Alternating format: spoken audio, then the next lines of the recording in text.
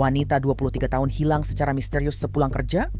Anak muda zaman sekarang, mereka tidak bisa hidup tanpa ponsel di tangan. Jadi itu jadi kekhawatiran, dia meninggalkan mobilnya. Itu jelas bukan hal yang biasa dilakukan seseorang yang menghilang sukarela. Seminggu setelah dia hilang, pria 21 tahun ditangkap karena diduga menculiknya. Yun, kami akan menjelaskan apa arti perkembangan terbaru ini, karena polisi mengatakan dia masih belum ditemukan. Prioritas utama adalah menemukan Nona Scott, jadi saya ingin menegaskan hal itu dengan sangat jelas. Ini Inside the Crime dari Law and Crime. Saya Elizabeth Milner.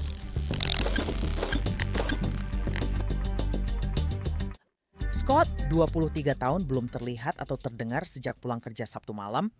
Ini terjadi setelah dia memberitahu teman-temannya bahwa dia menerima pesan-pesan pelecehan. Apakah pelaku penculikan yang ditangkap juga yang mengirim pesan itu? Hal ini masih belum jelas.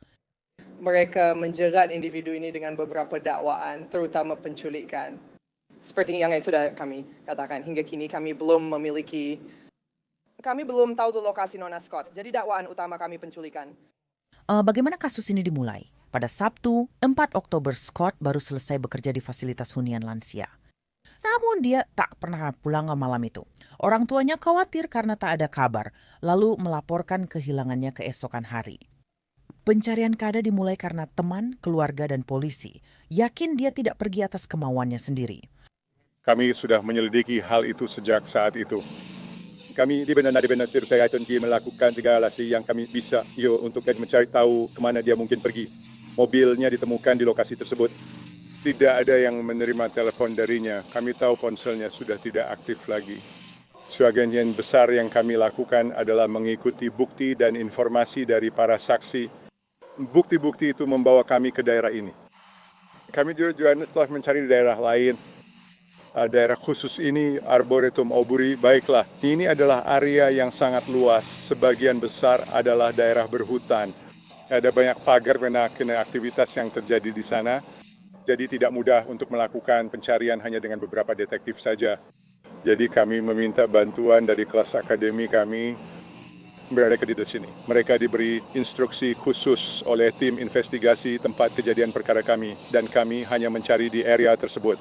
Sampai saat ini belum ditemukan apapun yang berkaitan dengan penyelidikan. Kami menemukan beberapa barang pakaian yang kami tidak tahu apakah itu terkait dengan kasus ini atau tidak. Tapi barang-barang itu tetap diambil untuk diperiksa. Tapi saat ini kami hanya melakukan segala yang kami bisa. Kami berusaha melakukan itu dalam penyelidikan orang hilang. Kami melakukan segala yang kami bisa untuk memastikan kami menelusuri setiap petunjuk. Kasus khusus ini membawa kami ke daerah ini. Area ini sangat luas dan kami harus melakukannya. Ini bukan pertama kalinya. Saya sudah berada di departemen ini lebih dari 35 tahun. Saya sudah lama bekerja di Biro Detektif. Kami pernah melakukan ini pada kasus orang hilang sebelumnya dengan meminta bantuan akademi. Frank, seberapa khawatir kamu? Dia sudah hilang hampir seminggu, tak ada ponsel, aktivitas bank, atau jejak apapun kan? Seorang wanita 23 tahun yang dikenal aktif di media sosial tiba-tiba menghilang dari media sosial. Itu mengkhawatirkan ke anak muda sekarang sulit hidup tanpa ponsel sehingga jadi perhatian meninggalkan mobilnya. Itu jelas bukan hal yang dilakukan orang yang menghilang secara sukarela.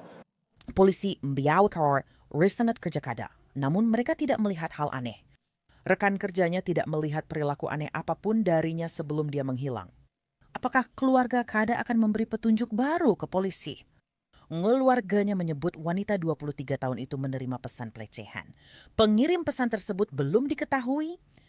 Namun pada konferensi pers 8 Oktober, pejabat menyatakan kasus ini masih diselidiki sebagai orang hilang. Ya, saya akan kita pada pendirian yang tidak adalah laporan orang hilang yang mengkhawatirkan. Ini benar-benar mengkhawatirkan. Jadi kami tidak tahu apakah ada tindakan kriminal yang terlihat, tapi kami memang melihat beberapa tanda bahwa orang ini tidak hilang secara sukarela. Karena itu kami berusaha mencari tahu siapa yang dia hubungi dan di mana dia sekarang. Hari-hari berlalu tanpa tanda-tanda Kada. Semua penonton kisah kriminal sejati tahu bagaimana kasus orang hilang itu. Waktu sangatlah krusial. Lalu ada perkembangan besar, ada penangkapan. Baiklah, selamat pagi. Saya hanya ingin memberikan pembaruan tentang hilangnya Kada Scott yang terjadi pada tanggal 4 Oktober 11 hari yang lalu. Saya akan memberikan pemberitahuan jika pada anda mengenai sharing is yang Gaffini telah ditangani karena keterlibatannya dalam hilangnya Nona Scott. Namun saya masih banyak perbedaan yang harus dilakukan. Jadi saya hanya ingin memperjelas alasan mengapa kami berada di sini dan informasi yang akan Anda terima. Intinya kami ingin menjelaskan sistem perjalanan kami ke sini dan bisa menekankan hal bahwa kami sangat membutuhkan bantuan masyarakat saat ini. Masyarakat sudah sangat membantu dengan memberi banyak informasi yang memungkinkan penyelidik menelusuri petunjuk hingga sampai di titik ini. Ya, namun seperti yang saya katakan, masih banyak pekerjaan yang harus dilakukan. Prioritas utama adalah menemukan Nona Scott. Saya ingin menegaskannya dengan jelas. Ya, jadi meskipun kita tuh berada pada tahap ini sekarang, itulah prioritas kami. Ya, jadi siapa tahu orangnya? Pihak berwenang menahan Keon King, 21 tahun, yang menurut polisi menyerahkan diri pada Selasa. Ya, namun Our sekilas melihat catatannya menunjukkan pola yang sangat kelam. Saya ingin ke orang tahu bahwa orang ini punya sedikit pola seperti ini dalam riwayatnya. Jadi kami ingin mendorong siapapun yang mungkin pernah terlibat dengan individu ini, siapapun yang mungkin mengenal individu ini, tolong pada saat ini lakukanlah panggilan telepon itu. Kalau Sisili kan merasa nyaman untuk menghubungi Tarisimbi dan beritahu jika Anda memiliki informasi apapun tentang orang ini, tentang interaksi apapun yang pernah Anda lakukan dengan individu ini. Jika Anda pernah menjadi korban kejahatan apapun yang berkaitan dengan individu ini, saya ingin Anda memahami bahwa sekaranglah saatnya untuk melakukan panggilan itu dan memberitahu kami, berikan informasinya agar kami bisa lanjut. Bukti yang kami ikuti dan kami melibatkan banyak penyelidik dalam hal ini membawa kami ke beberapa tempat, yaitu bukti digital tersebut. Dan seperti yang semua orang tahu, kami telah mencari di area yang sangat luas di Aubrey Arboretum dan hasilnya benar-benar nihil. Ya, setelah itu kami meminta Divisi Pembunuhan Satuan Tugas Kejahatan Kekerasan FBI untuk ikut serta dalam penyelidikan guna membantu. Baik, dan kami melanjutkan pencarian kami berusaha melacak keberadaan Nona Scott beserta siapapun yang mungkin dia temui selama waktu itu. Bukti kami cukup jelas bahwa dia berkomunikasi dengan seseorang. Orang tersebut tampaknya bertemu dengannya tak lama setelah dia meninggalkan tempat kerjanya dan tak lama setelah itu dia menghilang dari jejak. Kami memiliki banyak bukti digital, video dan lainnya yang menunjukkan kepada kami individu ini bernama Keon. K-E-O-N, King K-I-N-G. Kami yakin individu ini dan melalui bukti-bukti kami dapat menuntut individu ini. Jaksa wilayah juga dapat menuntut individu tersebut. Ani akan segera mendengar dari mereka terkait penculikan pada saat ini. Ia sangat penting untuk diketahui bahwa penyelidikan kami belum selesai. Kami menemukan Nona Scott, jadi mencari tahu di mana dia berada, apa yang mungkin terjadi padanya sehingga dia benar-benar menghilang dari semua barang-barangnya, ponselnya, Instagramnya, situs media sosial, dan semua tempat kerjanya. Dia tinggalkan mobilnya di sana. Jadi sangat penting bahwa individu ini yang memang punya riwayat pernah ditangkap, terutama untuk hal yang sama tahun ini, didakwa menculik seorang kenalan perempuan lainnya. Kasus itu dikatakan oleh pengadilan dan saya akan menjelaskannya. Kasus itu akan diajukan lagi karena kami akan mencoba menanganinya. Jadi dia benar-benar didakwa dengan 2 kasus penculikan hari ini. Dan dalam kasus itu ada penyerangan yang terjadi selama penculikan. Jadi ini adalah pola perilaku. Kendaraan yang Anda lihat ini Toyota Camry, itulah kendaraannya. Kendaraan itu belum ditemukan. Dari beberapa hal yang dia lakukan saat yang kami mencoba menemukannya adalah dia menyingkirkan barang-barang seperti mobil dan ponsel. Kami tak menemukan barang yang dia gunakan. Dia pernah punya alamat di barat daya Philadelphia. Dia juga punya alamat lain yang sepertinya sudah tidak dia gunakan lagi. Dan dia berusaha menghindari kami beberapa waktu. Dia memang datang tadi malam. Ya, dia sedang diproses di sini. Tapi masih banyak pertanyaan yang kami miliki. Kami meminta bantuan masyarakat karena sangat dibutuhkan. Anda akan melihat gambar mobil ini lebih jelas. Kami sudah mengirimkannya kepada Anda secara digital. Ini adalah Camry berwarna emas tahun 1999. Mobil itu mengalami kerusakan parah di bagian depan, tepatnya di bumper depan kiri. Baik, itu sudah dijelaskan seperti itu beberapa kali. Kita tahu mobil itu pernah berada di daerah Mount Airy. Kita punya foto-fotonya di Center City. Kita juga punya gambar mobil itu di daerah Grace Ferry dan di barat daya Philadelphia. Mobil itu mungkin ada di mana saja, bahkan di luar kota. Kalau ada nanti yang melihat dan tahu di mana mobil ini, kemungkinan besar plat nomornya sudah tidak ada. Jadi kalau Anda melihat mobil yang mirip, kami minta Anda segera menghubungi polisi untuk diperiksa. Buat Anda Dautun Salin hubungi saluran informasi kami di 2156886 TIPS 8477 atau ke Divisi Pembunuhan. NBC 10 Philadelphia melaporkan petugas mendapat info barang bukti ditemukan di luar sekolah menengah setempat. Foto menunjukkan mobil yang dicari penyelidik di parkir di sekolah menengah ada H. Lewis. Namun mereka tetap menggeledah area sekolah. Masih belum ada tanda-tanda kada.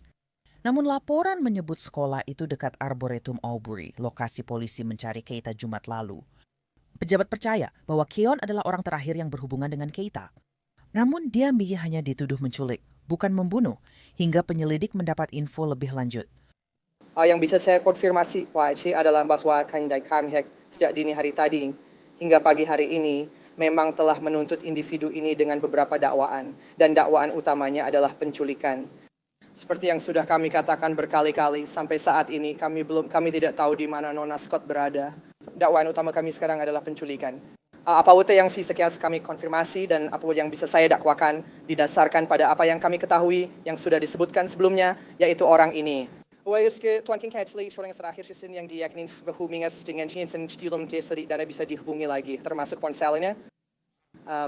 Jadi pada titik kali ini saya penyelidik telah membawa kami ke sini dan kami bisa mendakwanya dengan penculikan secara ceroboh, membahayakan orang lain, penggunaan fasilitas komunikasi, maksudnya ponselnya.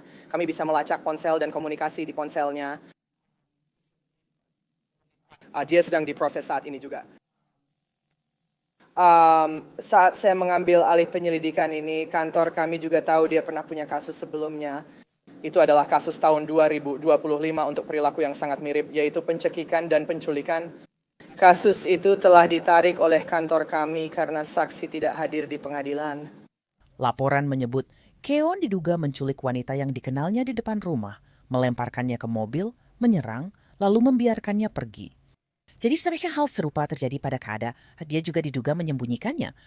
Saat rekaman ini dibuat, Kada belum ditemukan meski sudah hampir 2 minggu menghilang. Tetapi keluarganya bersedia support perang cepat si harapan session agar dia kembali dengan selamat. Orang-orang terdekat menulis di GoFundMe. Kami membuat dana hadiah terverifikasi untuk informasi kredibel yang langsung menemukan Kada dengan selamat.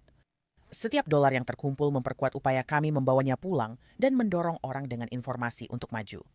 Jika Kada ditemukan sebelum dana dibagikan atau penegak hukum memutuskan hadiah tidak lagi diperlukan. Setiap saldo yang tersisa akan disumbangkan ke organisasi orang hilang yang terverifikasi atau digunakan untuk membantu keluarga lain dari orang hilang. Jadi di mana Kada? Itu pertanyaan semua orang. Sekarang saya bersama mantan agen FBI, Colin Schmidt. Colin turun ke Bergong, seperti kalau Anda tahu, ada gadis 23 tahun hilang dan ponselnya mati. Itu tak ada jejak keberadaannya, namun sudah ada yang ditahan terkait penculikannya. Apa tanggapan Anda? Ya, sepertinya dari laporan media ada semacam hubungan antara mereka berdua sebelum dia menghilang. Hal pertama yang terpikir oleh saya adalah ini mungkin tindakan kekerasan dalam rumah tangga. Dan ada fruits yang tidak beres hingga sekarang dia menghilang. Dan saya menyebut secara statistik dalam kasus seperti ini seringkali korbannya berakhir, Anda tahu, telah meninggal dunia. Saya masih berharap dia tidak seperti itu, mungkin hanya bersembunyi dan menghindarinya. Apapun itu akan segera terungkap. But saya ingatin saya berdasarkan media sosial dan laporan media, situasinya tidak terlihat baik untuknya. Ya, itu benar-benar mengerikan. Apalagi sebelum menghilang, dia sempat bercerita ke keluarga dan teman tentang seseorang yang mengirim pesan pelecehan ke ponselnya. Aku jadi bertanya-tanya, apakah ini situasi di mana dia menolaknya secara romantis? Dia tidak suka menerima penolakan dan mungkin dia melakukan sesuatu padanya. Apa pendapatmu tentang seluruh aspek domestik dari kasus ini?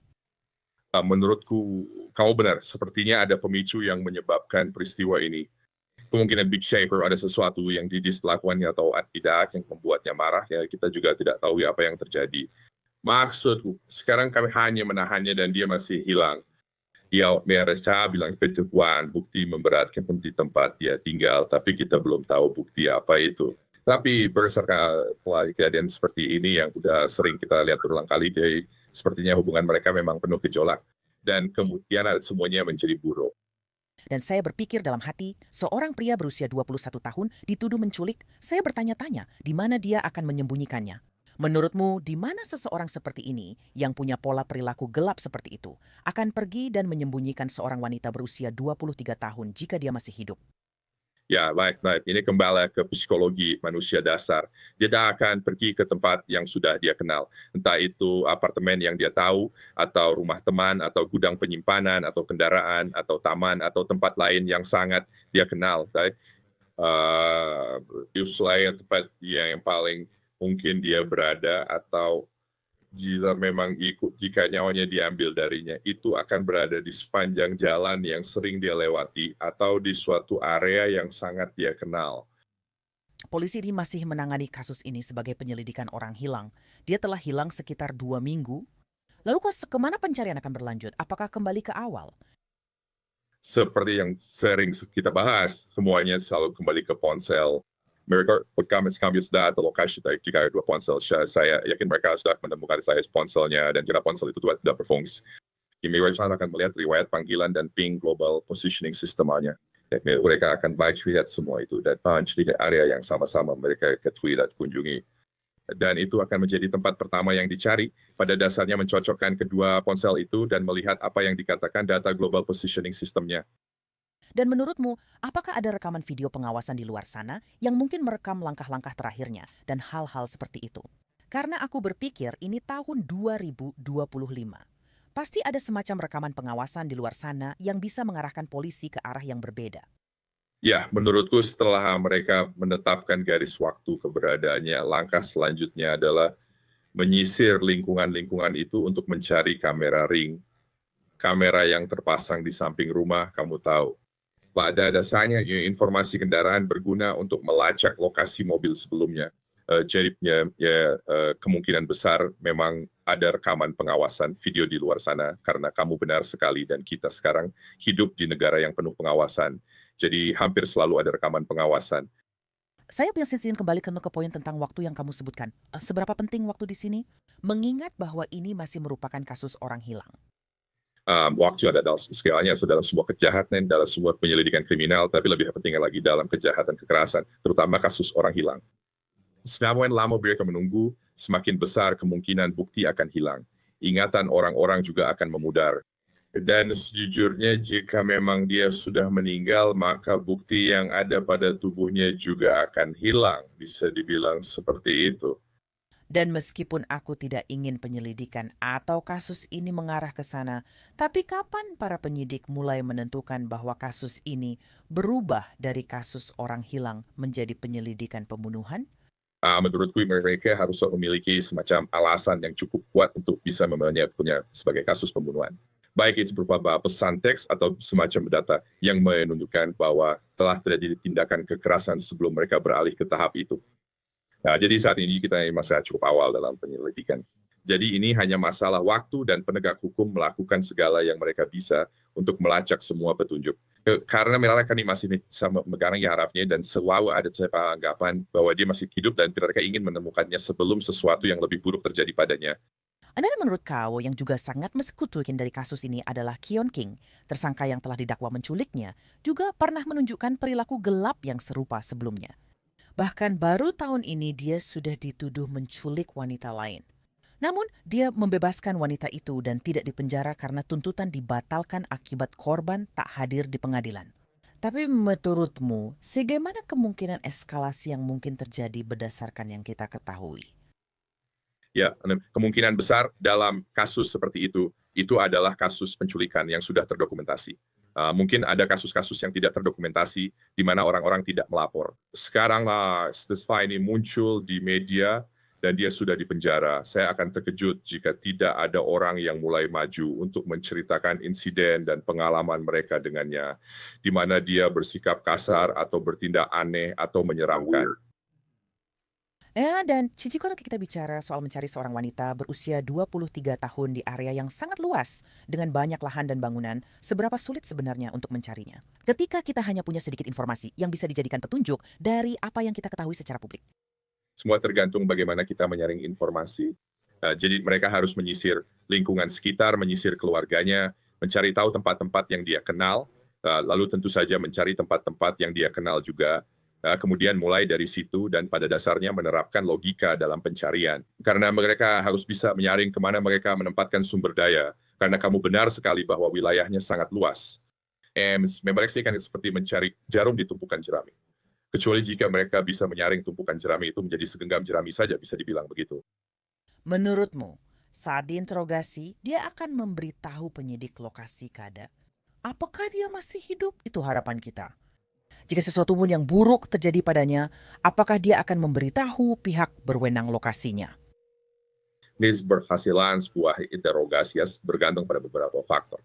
Pertama, usia dan tingkat kecanggihan orang yang diwawancarai, serta pengalamannya dengan penegak hukum.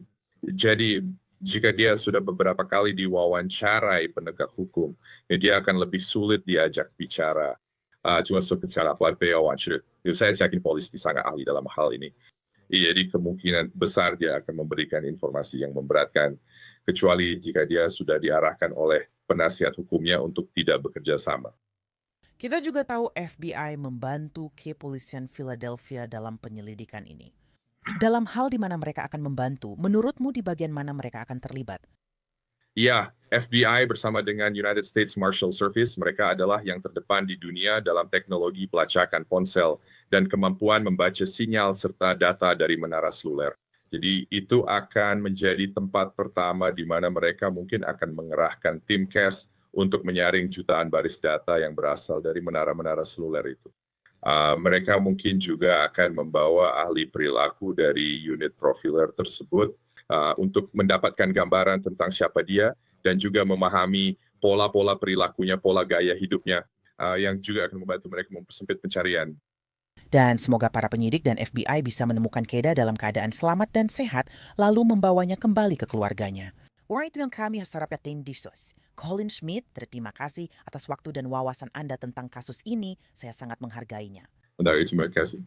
Di Departemen Kepolisian Philadelphia dan FBI masih menganggap kasus ini sebagai orang hilang saat rekaman dibuat.